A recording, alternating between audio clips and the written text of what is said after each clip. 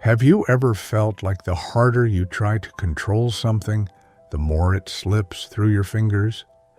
A job opportunity you chased relentlessly but never got. A relationship you tried to hold together only to watch it fall apart.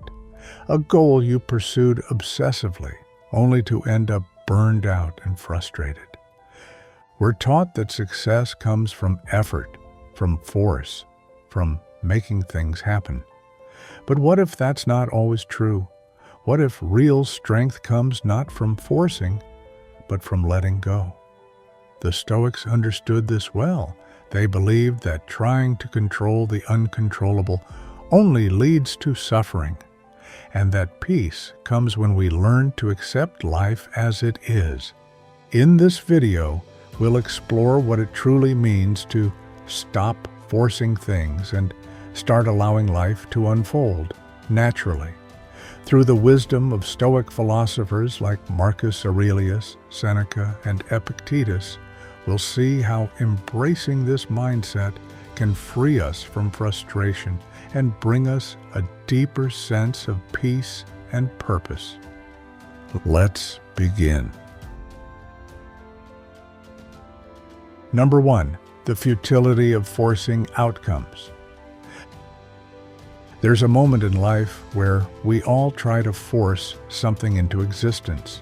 Maybe it's a job we desperately want, a relationship we're clinging to, or a situation we feel must work out in a certain way. We push, we strategize, we stress, believing that if we just try harder, if we just manipulate the circumstances enough, we can control the outcome. But life has its own plans, indifferent to our desires.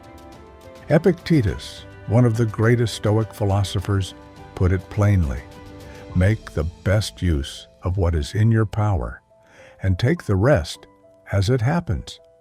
That's the core of it. We have influence over our own actions, our own mindset, and our own efforts. But the results? Those are never fully ours to command. And the more we try to force them, the more we suffer. Think of an entrepreneur who starts a business with the certainty that, if they just work hard enough, success is guaranteed. They pour in endless hours, make sacrifices, and obsess over every little detail. But maybe the market isn't ready. Maybe a global crisis hits. Maybe, no matter how hard they try, things just don't go the way they envisioned. If they've tied their happiness to a particular outcome, say a six-figure revenue in the first year, then they're setting themselves up for pain. But if instead they focus on doing the best with what's in their control and accepting what happens beyond that, they remain free. They remain at peace. This applies to relationships too. Ever tried to make someone love you? To convince someone to stay when they clearly want to go? It's agonizing. The more you push, the more resistance you create. But when you accept reality, when you do what's in your power, being the best partner, the best friend, the best version of yourself, and leave the rest to unfold naturally, you free yourself from unnecessary suffering. Modern life tells us to hustle, grind, and make things happen. But forcing outcomes isn't strength, it's desperation. The truly strong person does everything they can within their control, then lets go of what isn't. They trust that, in the grand scheme of things, life will unfold as it must. Number 2, flowing with nature, not against it. We live in a world obsessed with control. Everything from productivity hacks to financial planning to social media algorithms is built around the idea that we can shape life exactly as we want. And yet, reality constantly reminds us otherwise. The stock market crashes despite our best investments. We lose a loved one without warning. A job we thought was secure suddenly disappears. Life isn't a machine we can program. It's more like a river. The more we try to swim against it, the more exhausted we become. Marcus Aurelius understood this deeply. If you are disturbed by external things, it is not the things that disturb you, but your judgment about them, and it is in your power to wipe out that judgment now. This is what Stoicism teaches us. The problem is never the event itself, but our resistance to it. Imagine someone stuck in traffic, getting increasingly frustrated. They honk, they swear, they check the clock every few seconds, furious that they're losing time. But their anger changes nothing. The traffic won't move just because they're upset. The only thing they achieve is ruining their own peace of mind. Now imagine the same person, but with a Stoic mindset. They accept the situation for what it is. Maybe they use the time to listen to an audiobook, reflect on their day, or simply practice patience. The traffic is the same, but their experience of it is entirely different. The same principle applies to life's larger setbacks. Someone loses their job and spirals into despair. They focus only on how unfair it is, how they shouldn't have been let go, how things should have turned out differently. But what does that accomplish? The job is gone. The suffering comes not from the loss itself, but from resisting the reality of it. The Stoic approach is different. Yes, you feel the loss. Yes, you process it. But then you adapt. You look at what you can control, your skills, your mindset, your next move, and you flow with life rather than against it. Nature doesn't fight itself, and the river doesn't complain when it meets a rock. It simply moves around it. The tree doesn't resist the wind. It bends so it won't break. Life will always present obstacles, but whether we suffer or find peace depends on whether we fight them or learn to move with them. The choice is always ours. Number 3, letting go of unrealistic expectations. We walk through life with a mental script. We expect people to treat us a certain way, plans to unfold smoothly, and the universe to reward our efforts. But life doesn't follow our script. A flight gets delayed, a friend betrays us, an opportunity we thought was guaranteed slips through our fingers, and when these things happen, we suffer, not because of the events themselves, but because of our attachment to how we thought things should go. Seneca captured this truth when he wrote, "We suffer more in imagination than in reality."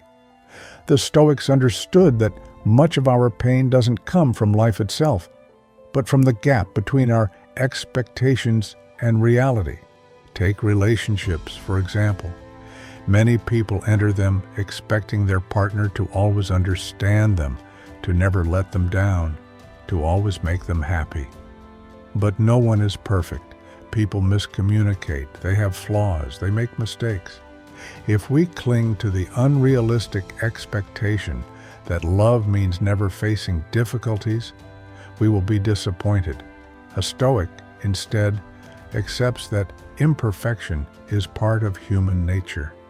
When challenges arise, they don't respond with resentment, but with understanding. They let go of the expectation that everything must be perfect, and in doing so, they find peace. This lesson applies to careers too.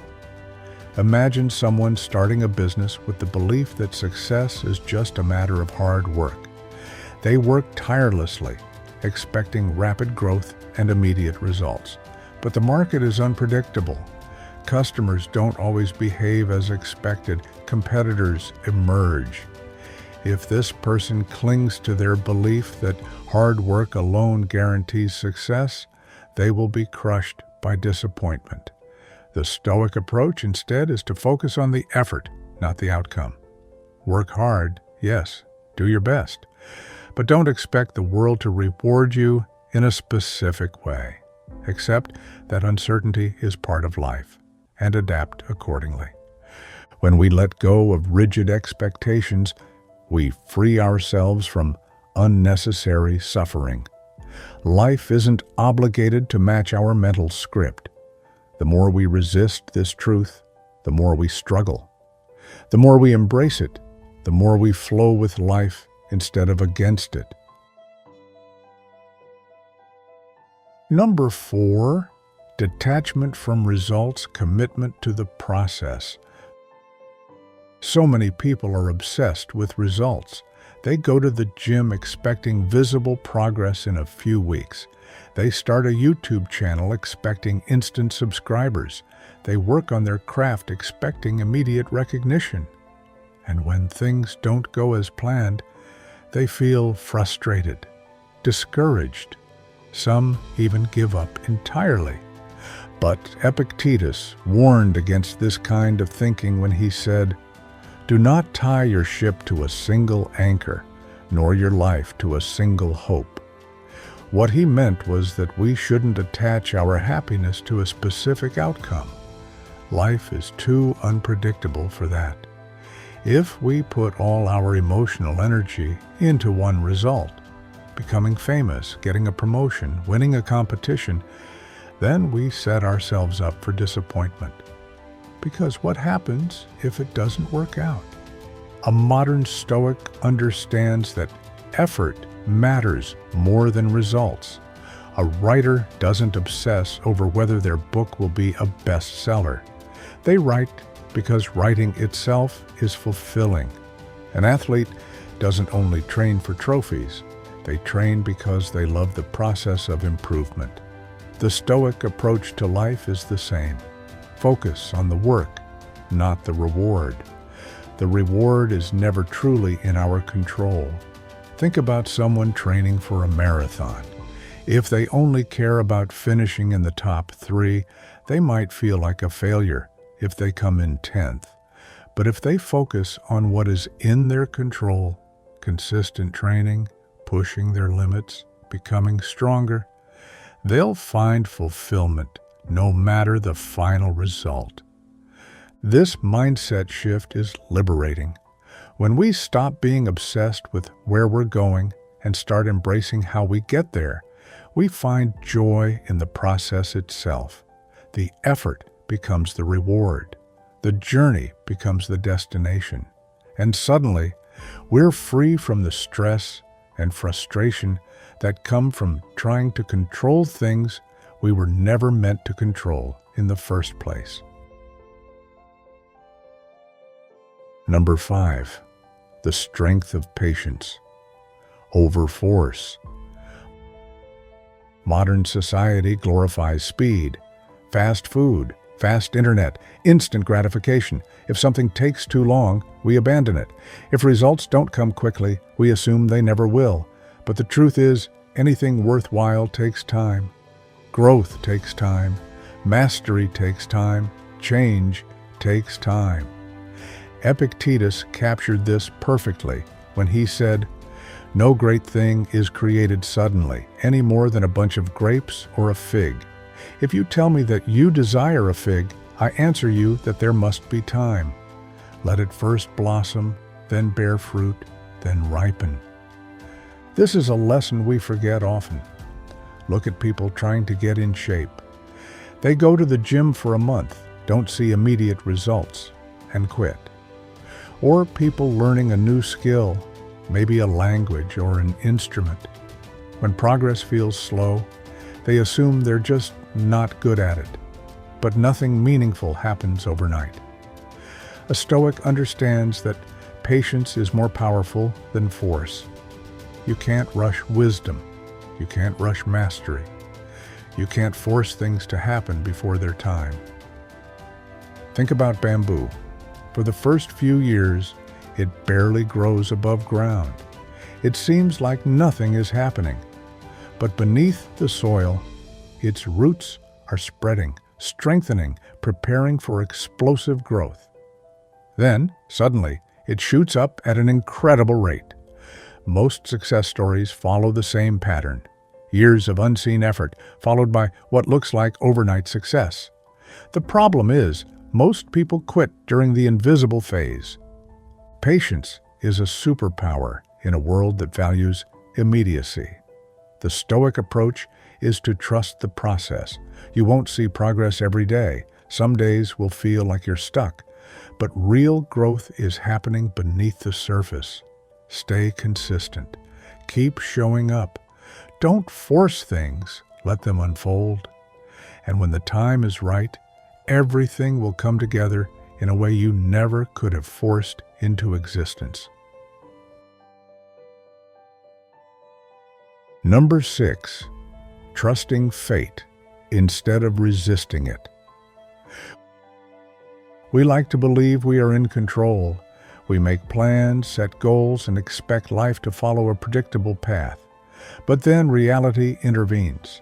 A business fails despite years of effort. A relationship ends even though we tried everything to save it. A sudden illness derails all our ambitions. It's in these moments, when life refuses to cooperate, that people suffer most. Seneca put it plainly: fate leads the willing and drags along the reluctant. What he meant is that life is going to happen, whether we like it or not. The only choice we have is whether to go willingly or be dragged, kicking and screaming. Imagine two people facing the same setback, losing their job. One reacts with anger, frustration, and despair. They dwell on the unfairness of it, refuse to accept what happened, and waste weeks or even months consumed by resentment. The other acknowledges the loss but moves forward. They don't waste energy on what they can't change. Instead, they focus on adapting, looking for new opportunities, rethinking their career path, and embracing the possibility that this setback might lead them somewhere better.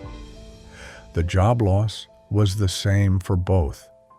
The difference was in how they chose to respond. This doesn't mean Stoics are passive. Accepting fate isn't about giving up. It's about recognizing where our control ends. A Stoic still puts in effort, still strives, still works toward goals. But they don't cling to specific outcomes. They understand that life may have other plans. Think about how many times something you once saw as a disaster turned out to be a blessing in disguise. The job you didn't get led to a better one. The relationship that ended freed you to meet someone more compatible. The business that failed taught you lessons that helped you succeed later. You couldn't see it in the moment, but looking back, everything happened as it needed to. This is what trusting fate means. It's not blind optimism, but a deep acceptance that life is wiser than we are. Instead of resisting, we flow with it. Instead of saying, "This shouldn't have happened," we say, "This has happened. What now?" And in that shift, we find peace. Number 7, the art of non-interference. We often feel the need to insert ourselves into situations, to fix things, to control outcomes. We think that if we just try hard enough, we can prevent problems, keep people from making mistakes, and ensure everything goes smoothly. But this impulse to interfere often causes more harm than good. Marcus Aurelius wrote, "How ridiculous and how strange to be surprised at anything which happens in life." He understood that life is unpredictable, that people will act in ways we don't expect, and that trying to control everything is both futile and exhausting. Think about how often people stress over things that don't actually require their involvement. A coworker makes a mistake, and instead of letting them learn, we jump in to correct them. A friend is going through a tough time, and instead of simply supporting them, we try to fix their situation. We check the stock market obsessively, as if watching it will change the outcome. We micromanage projects, relationships, even our own personal growth, forgetting that some things need space to develop on their own. This kind of interference is rarely helpful. People learn best through experience, not by being constantly directed. Problems often resolve themselves without our intervention, and some things, like the passing of time or the emotions of others, are simply outside our influence. The more we interfere, the more tension we create. The more we step back, the more things can unfold naturally. This doesn't mean inaction. A Stoic acts when necessary, but refrains from unnecessary meddling. They understand that not everything needs their input. They don't waste energy trying to control the uncontrollable. Look at nature. A tree doesn't try to force the sun to shine or the rain to fall. It simply grows. The river doesn't push against the rocks. It flows around them. Life works the same way. The less we interfere where we're not needed, the more smoothly things tend to go. A modern Stoic knows when to act and when to step aside. They trust that events will unfold as they must. They don't waste time being surprised by the unpredictable nature of life. Instead, they watch, adapt, and move forward without forcing anything. Life is going to happen, whether we fight it or flow with it. The choice is ours. Resist and suffer, or accept and find peace. The Stoics weren't passive. They took action. They worked hard. But they never wasted energy forcing things beyond their control. The moment we stop trying to control everything is the moment we actually gain control over ourselves, our reactions, and our inner peace. The world won't always bend to our will, but that's okay, because when we stop forcing, we make space for something greater: clarity, resilience, and the freedom to truly live. So ask yourself, what are you holding on to too tightly? And what would happen if you just let go? If you found this video helpful, please like and share it to spread the wisdom of Stoic philosophy. Don't forget to subscribe so you won't miss future videos on Stoic living and personal growth. Thank you for watching, and I wish you strength on your journey.